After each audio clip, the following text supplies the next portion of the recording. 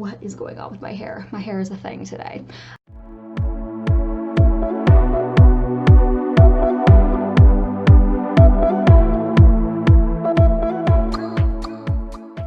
Hello friends, Aylin Hart here. So today is a nice, cold, rainy day on the homestead.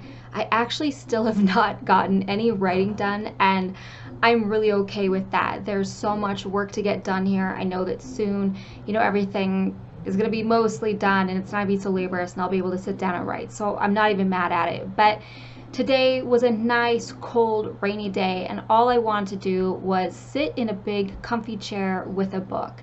And so I thought it would be a great day to do my summer reading haul. I have been buying books like crazy. My stack of books is pretty massive that I'm going to show you guys today. And there's even more books than that. Like, I can't stop buying books. So this is what I hope to get read this summer. So the first book that I got is called Hannah's War. I've been kind of in a women's historical fiction mood lately, so I picked up this book. It looked really great. So let me read a little bit from the jacket. So it is a thrilling wartime story of loyalty and truth and the unforgettable fallout from a single choice. Austrian physicist Dr. Hannah Weiss is on the verge of a great scientific triumph of the 20th century, splitting the atom. She understands that the energy released by this discovery can power entire cities or destroy them. More than that, it looks really interesting. It's actually based on a true story of war and espionage, so I don't know, that looked really exciting to me. This book is called Black Leopard, Red Wolf. Immediately, I was just drawn to the cover. It's just incredible artwork. It was in the sci-fi section, and I'm not sure if it's sci-fi or not, but it says, Tracker is known for his skills as a hunter. He has a nose, people say. Hired to find a mysterious boy who disappeared, Tracker breaks his own rule of always working alone when he finds himself part of a group assembled to search for the boy. The band is hodgepodge, full of unusual characters, including a shape-shifting man-animal known as the Leopard. Basically, this author drew from his own incredible imagination, African history, and mythology. Just really incredible. So had to pick that up and hopefully get it read very soon. The next book is called We All Fall Down. At first, I thought this was a YA, but I don't actually think that it is a YA. It says a haunted love story about a couple who brings out the best and the worst in each other. So this looks kind of exciting. Definitely down for some, I don't know if it's going to be paranormal. I'm not really sure. Again, I really liked the cover and the premise of a haunted love story. So hopefully that's going to be amazing. The next book on my summer reading list is Wild. This is not a new book by any means, but I really love the movie, and I have heard that this book is so much more in depth with her thoughts and everything she was going through. So I think that this is going to be pretty fantastic. So that's on my summer reading list.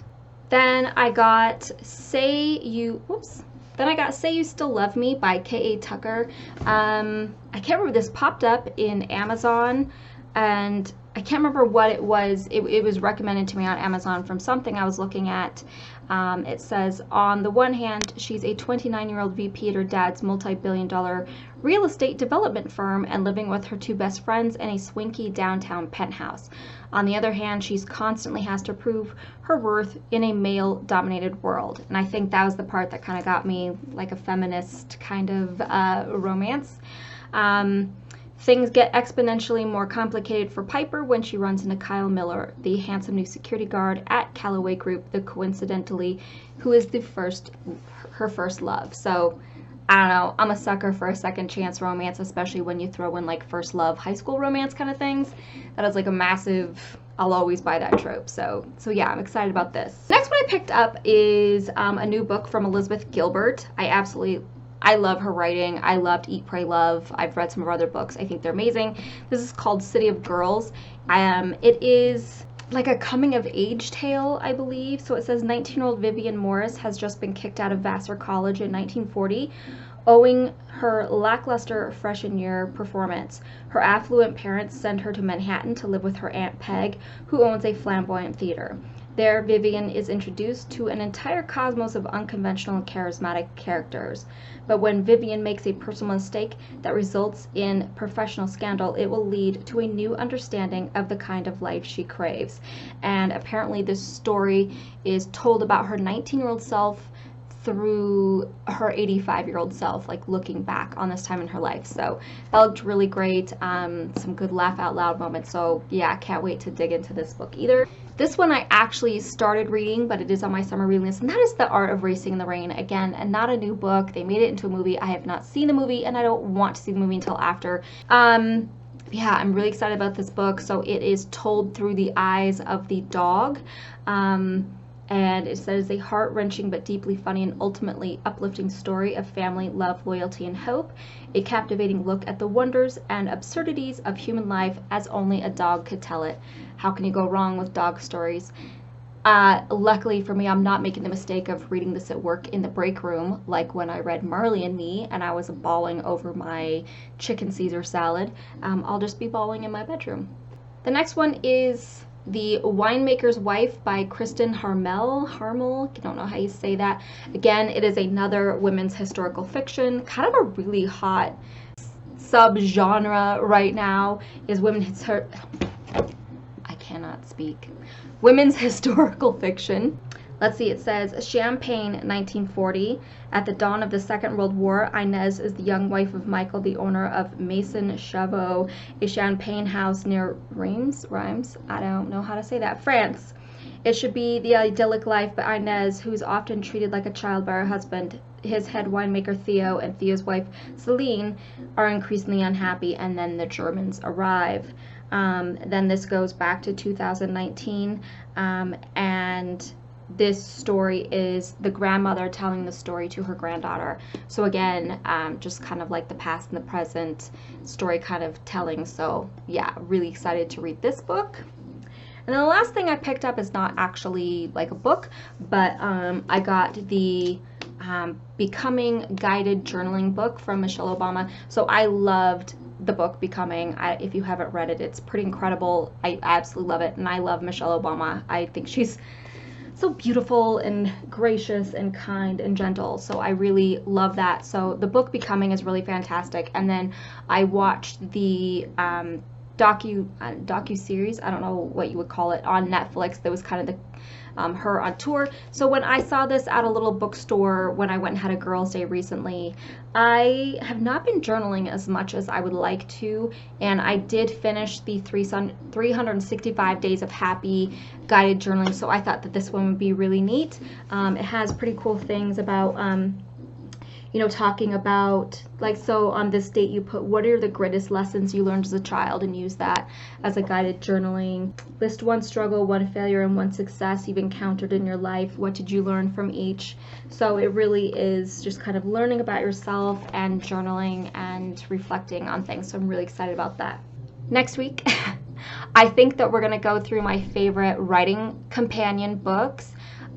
There is a lot to do on a homestead, and I'm tired, you guys. We've been building fences, building boxes, putting dirt in boxes.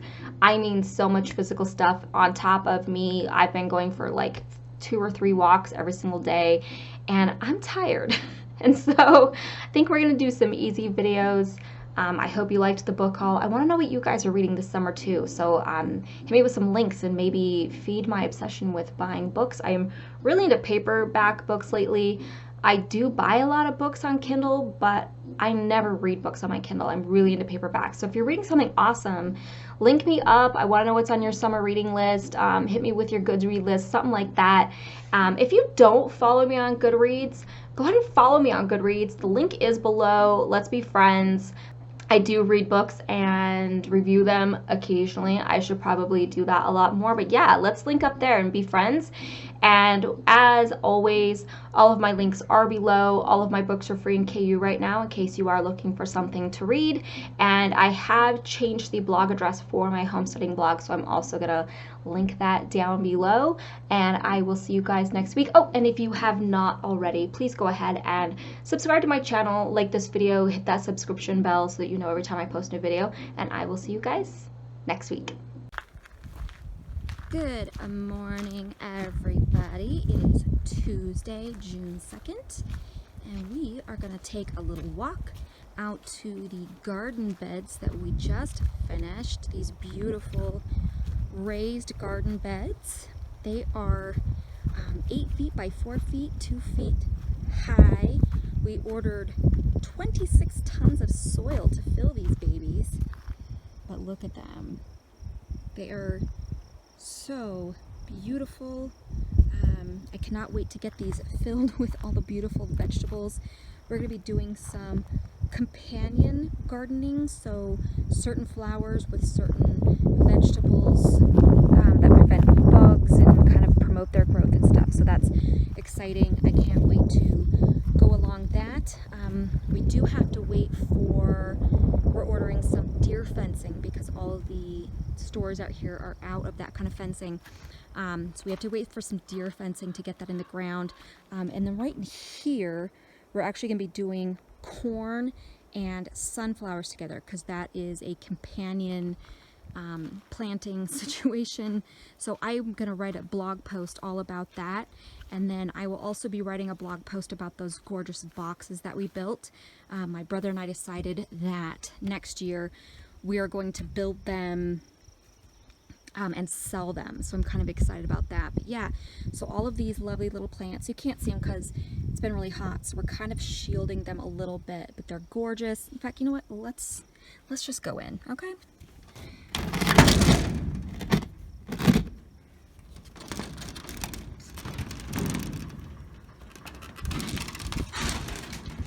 So yeah, so we've got all kinds of yumminess here. These are the peas. They're coming up. What is this? I think this one is spinach. Yeah, this one is spinach. And then down here, oops, is some beets. God, I can't remember what that one is. That looks like, is that broccoli? And then up here,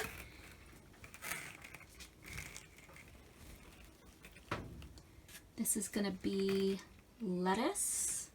And then all of these are different kinds of onions. We have Walla Walla sweets, we have red onions, all kinds of stuff. This is some lavender I'm trying to bring back. I think this is more onions.